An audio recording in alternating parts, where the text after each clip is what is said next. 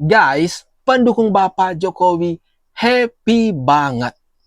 Rismon kena masalah bertubi-tubi. Belum kelar, masalah yang satu udah datang lagi nih. Nah ini dia videonya. Dan responnya nih teman-teman. Ada nih setelah video ini. Mari kita tonton bersama. Hari ini kami dari Gerakan Nusantara Raya terdiri beberapa elemen pendukung Jokowi Prabowo Gibran, YouTuber Nusantara, dan elemen-elemen lainnya. Ya, atas nama rakyat Indonesia kami melaporkan saudara Rismon Hasiholaun Sianipar mengenai ijazah yang diduga palsu. Waduh. Ijazah S2 dan S3 Yamaguchi. Alhamdulillah hari ini kami diterima dengan baik dan semua masuk unsur-unsur di mensreanya itu. Kita menghargai hak hukum mereka dan saya akan meladeni, cuma ada nanti konsekuensi akan saya laporkan balik kalau itu nggak terbukti. Ya, itu satu. Yang kedua, itu distraksi memang serangan total saya kepada ketiadaan ijazah SMA dari Gibran Raka Buming Raka. Itu untuk melumpuhkan kekuatan psikologi saya, sehingga saya yakin ini orang, ya, keyakinan saya orang-orang ini dipakai untuk meningkatkan bergen mereka supaya saya mundur. Saya tidak akan mundur. Bahkan per hari ini saya mengirimkan 200 buku ya ke DPD karena surat kami ke DPD 3 minggu lalu tidak direspon. Maka kami kirim 200 buku Gibran Endgame untuk 150-an anggota DPD dan beserta staf ahlinya. Jadi kami akan ladeni sepanjang mereka punya laporan yang benar, ya. Tetapi begini, jangan sampai laporan-laporan mereka, terutama ini udah beberapa kali nih laporan untuk tim kami, adalah ke Pak Roy, ada yang lain. Oleh karena itu, ini untuk menurunkan vitalitas kami. Jadi kami tidak akan terdistraksi, kami akan terus menyerang. Terima kasih. Wadah, Rismon dilaporkan lagi teman-teman atas dugaan ijazahnya yang diklaimnya ini dia itu S2 dan S3 di Yamaguchi, Jepang. Tetapi dari hasil penelusuran, baik itu Roni Teguh, baik itu Joshua Sinambela, di sana tidak ditemukan tanda-tanda bahwa Rismon telah selesai kuliah di sana. Nah, ada apa nih? Kalau benar ijazahnya itu palsu, apakah ini yang disebut maling teriak maling? Atau gimana nih? Kalau menurut kalian teman-teman, mari kita lihat video berikutnya. Tentang ijazah S3 saya. Oh, kalau saya pikir, ya saya duga ini, menurut keyakinan saya, ini atas perintah orang-orang yang merasa terganggu bahwa akhir-akhir ini, ya, Jokowi semakin terpojok. Kita lihat bagaimana ijazah yang dipakai pada 2 tahun pencapresan 2014 dan 2019 itu legalisirnya tanpa timestamp, tanpa tahun, bulan, dan tanggal yang kami duga itu palsu, ya. Jadi itu akan laporan tersebut mengganggu konsentrasi maupun stamina saya, ya. Dan yang kedua, bisa jadi itu pesanan terhadap saya, ya. Artinya saya sebagai penulis buku Gibran Endgame Wapres tak lulus SMA itu semakin progresif, dan 1 bulan ini sudah laku 5.000 buku. Dan per hari ini, ya, itu kita sudah kirimkan 200 buku Gibran Endgame Wapres tak lulus SMA ke DPD. Jadi setiap anggota DPD mendapatkan 1. Gimana nih teman-teman?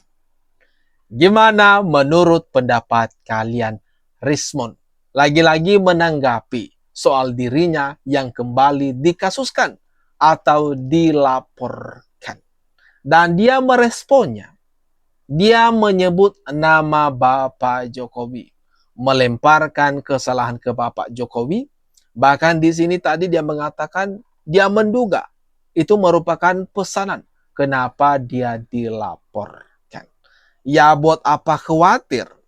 Buat apa cemas kalau memang benar Rismon ini kuliah S2 dan S3 di Jepang. Tinggal membuktikan keabsahan mereka. Bahkan ini teman-teman, setelah ditelusuri kemarin-kemarin, pihak Yamaguchi tidak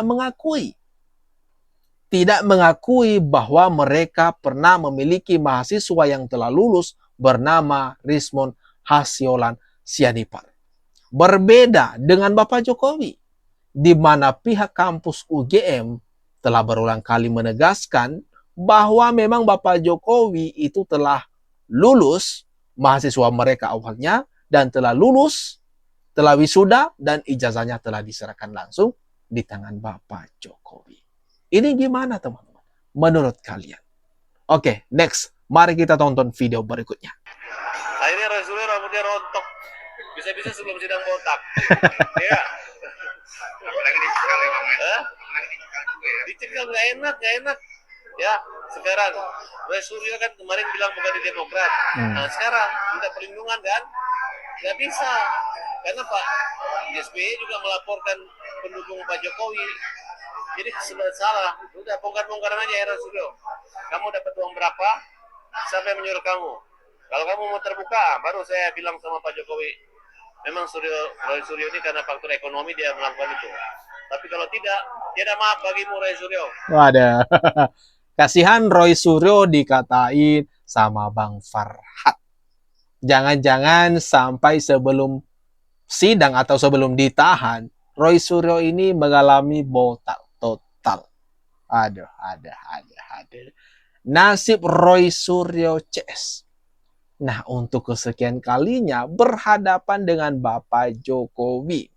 Dan dia menepis-nepis orang Demokrat. Dirinya bukan orang Demokrat, tapi ketahuan juga.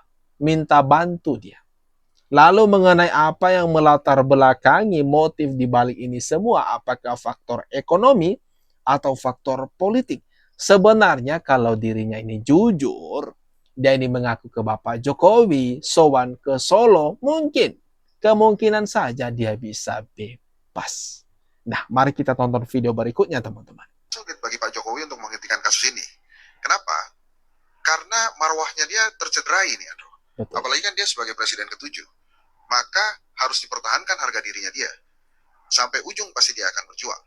Apalagi kan selama ini ada gonjang-ganjing di publik, ada orang besar katanya yang ada di belakang ini. Maka dia akan kejar terus tuh sampai ini selesai, gitu ya.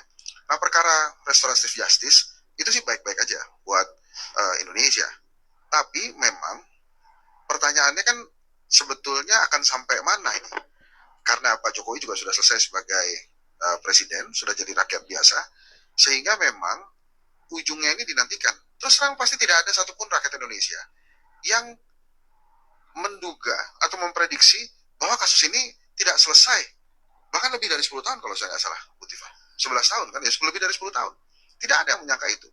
Jadi kalau kemudian Pak Jokowi diminta di stop sekarang, saya yakin dia akan menolak itu. Karena ini terkait dengan harga dirinya dia. Kecuali Jangan ditakut-takutin dong. Jangan semakin ditakut-takutin ini mereka.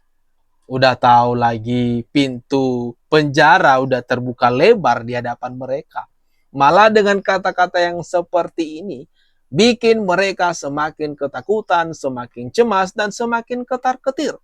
Apalagi kita lihat tadi wajah dari Bu Dr. Tifa yang begitu cemas mendengarkan setiap kalimat-kalimat dari Bapak ini.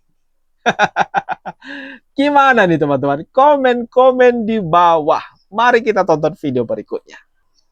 Roy Suryo dan kawan-kawan minta laporan kasus ijazahnya Bapak Jokowi dihentikan. Kok dihentikan? Ya. Kalian takut ya? Takut di penjara? Nggak usah takut. Jatah lo udah di Nusa Kambangan sana. Waduh. Di penjara sampai tua di Nusa Kambangan sana biar nggak bikin gaduh. Kasihan. Roy Suryo diminta nggak usah takut. ada jatah mereka di Nusa Kambangan. Waduh, penjara paling kota di Indonesia tuh. Nah, aduh. Kalau sampai mereka dikirim di sana, aduh gimana kabarnya? Gimana nggak menderitanya? Gimana nggak makin ketar-ketirnya mereka? Pasti mereka begitu menyesal telah berani main-main dengan Bapak Jokowi. Ini gimana nih? Kalau menurut pendapat kawan-kawan atas apa yang barusan saja kita bahas ini, jangan lupa tinggalkan komentar terbaikmu di kolom komentar yang ada di bawah ini.